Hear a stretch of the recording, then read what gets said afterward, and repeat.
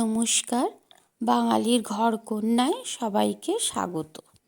আজকে আমি রান্না করব শুধুমাত্র বেগুন দিয়ে, কোনো রকম মশলা ছাড়া একটা অসাধারণ রান্না, বেগুনের তরতরা।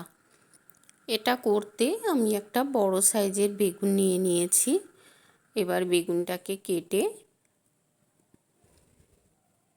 টুকরো টুকরো করে কেটে নেব। তারপরে ছোট ছোট একটু লম্বা লম্বা করে বেগুনগুলোকে কেটে নেব। ঠিক এইভাবেই বেগুনগুলোকে কাটবো।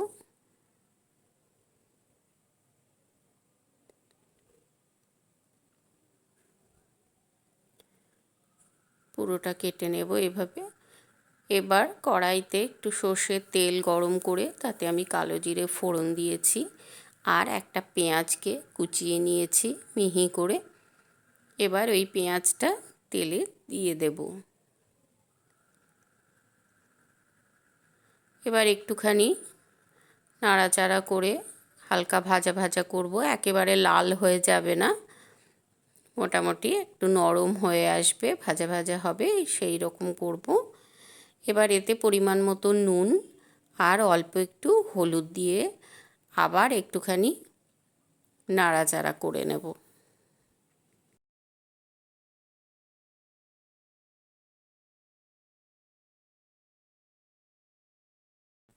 এইভাবে নাড়াচাড়া করে আগে থেকে যে কেটে রেখেছিলাম বেগুনটা, সেটা দিয়ে দিলাম। দিয়ে এবার বেগুনটাকেও ভালো করে মিশিয়ে নেব।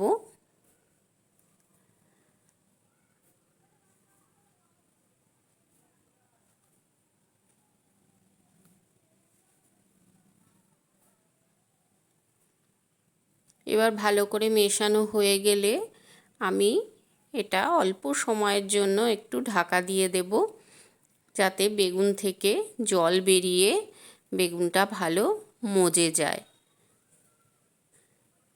বেগুনটা বেশ মজে অনেকটা কমে গেছে, আর খানিকটা সেদ্ধ মতনও হয়ে গেছে।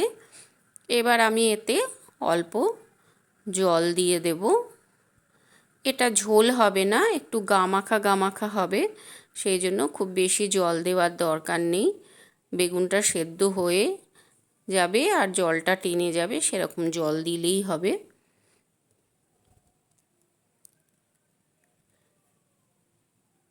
এবার এতে আমি 1 চামচ পরিমাণ চিনি দিয়ে দিলাম, আর যে যেরকম ঝাল খান সেই অনুপাতে কাঁচা লঙ্কা দেবেন। আমি এখানে 3টে কাঁচা লঙ্কাকে 2 টুকরো করে দিয়ে দিয়েছি।